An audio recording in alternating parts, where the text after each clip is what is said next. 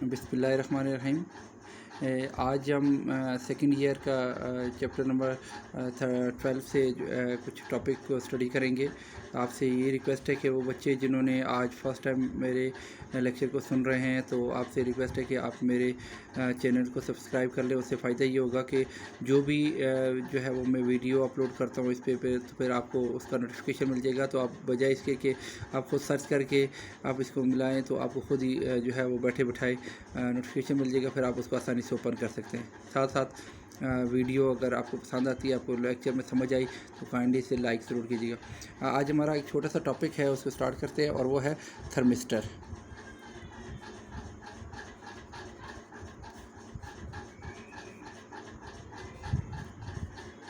तो हमने ये देखना है कि थर्मिस्टर क्या होता है। थर्मिस्टर अगर हम बात करें तो थर्मिस्टर बेसिकली एक हीट सेंसिटिव रेजिस्टर है। हीट सेंसिटिव रेजिस्टर है, यानी इसका काम ये होता है कि बेसिकली जब टेम्परेचर बढ़ाते हैं तो टेम्परेचर के बढ़ाने के साथ इसका रेजिस्टेंस जो है वो प्रिडिक्टेबली सर्टेन अमाउंट से बढ़ता है, और इसकी वजह से ये होता है कि रेजिस्टेंस के इंक्रीज़ करने से हम इसकी मदद से मुख्तलिफ़ तरह के जो हीट की सर्जेज हैं या हम एक्सेस अमाउंट ऑफ करंट वगैरह फ़्लो जो कर रहा होता है उसको कंट्रोल कर सकते हैं।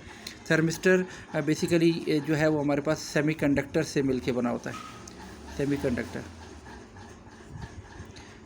ज़रूरी नहीं सेमीकंडक्टर और मेटल से भी हो सकता है, लेकिन नॉर्मली इसे सेमीकंडक्टर से बनाते हैं। सेमीकंडक्टर की ख़ास जो मेन वजह है सेमीकंडक्टर उसकी है कि इसका टेम्परेचर कोफिशिएंट जो है वो नेगेटिव टेम्परेचर कोफिशिएंट होता है। Negative temperature coefficient. Negative temperature coefficient क्या होता है?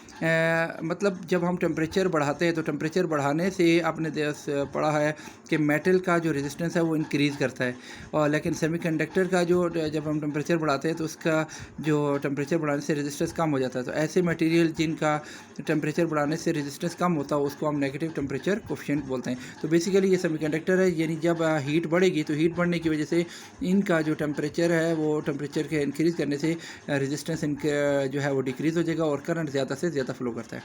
थर्मिस्टर जो है मुख्तलिफ नॉर्मली जो है हम जब सेरेमिक मटेरियल से बनाते हैं यानी सेमीकंडक्टर से, और इसका काम ये होता है कि इसको पहले मेल्ट करते हैं, और मेल्ट करने के बाद इसको डिज़ायर्ड शेप में आप इसको चाहे वो बीड्स की शक्ल में इस तरीके से शक्ल बना के इस तरीके से भी बना दिया जाता है, इसको रॉड की शक्ल का भी बनाया जाता है, और ये साइडों से प्लाटीनियम वायर्स की मदद से इसका कनेक्शन किया जाता है। तो ये किसी भी डिज़ायर्ड शेप में हो सकता है, लेकिन इंपॉर्टेंट चीज़ है कि इसकी वो है यूजेज है।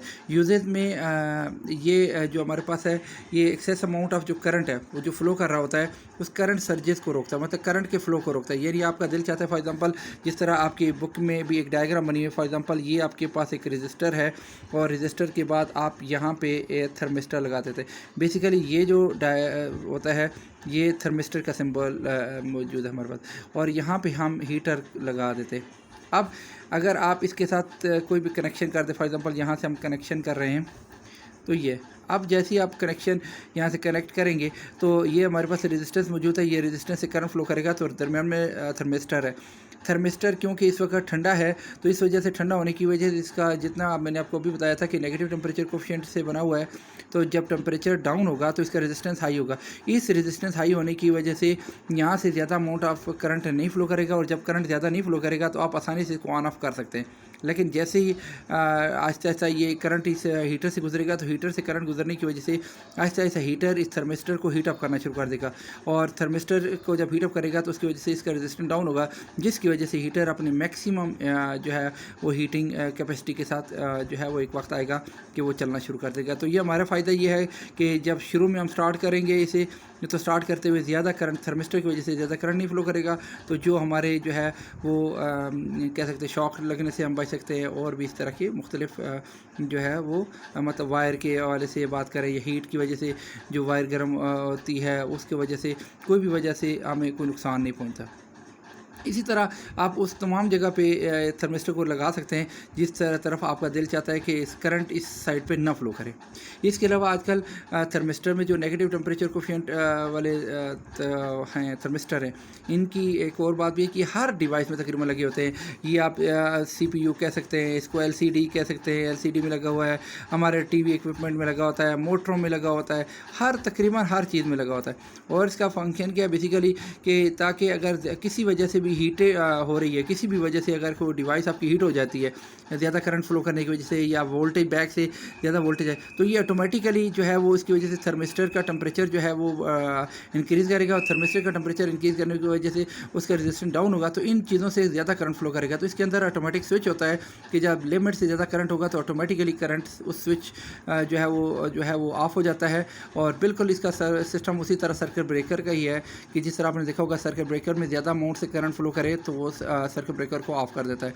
तो ये मोटर होगी, वॉशिंग मशीन होगी, हर तरह की चीज़ों में लगा होता है। आपने अक्सर देखा होगा आपके जो कंप्यूटर है उसमें बाज़ औक़ात ये होता है कि डस्ट वगैरह की वजह से वो हीट हो होता है और फिर वो ऑफ हो जाता है। तो फिर आप जाते हैं किसी मैकेनिक के पास या किसी उसके पास जो कंप्यूटर ठीक है सॉफ्टवेयर वाले के पास या हार्डवेयर वाले के पास, तो वो से जब करता है ब्लोअर वगैरह मारता है, उसको साफ़ करता है, तो आपने देखा होगा कि वो दोबारा ठीक ठाक हो जाता है। उम्मीद करते हैं कि आपको टॉपिक समझ आ गया होगा।